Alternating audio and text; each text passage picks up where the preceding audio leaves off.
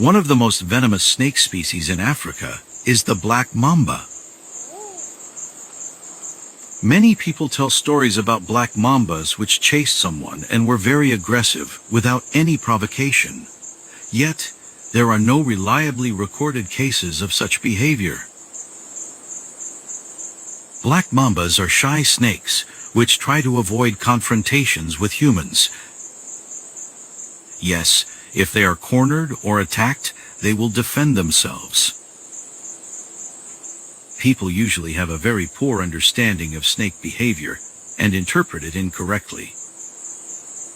For example, a snake crawling quickly towards a person in order to escape into dense vegetation behind that person can be mistakenly accused of being aggressive and wrongly interpreted as chasing the person.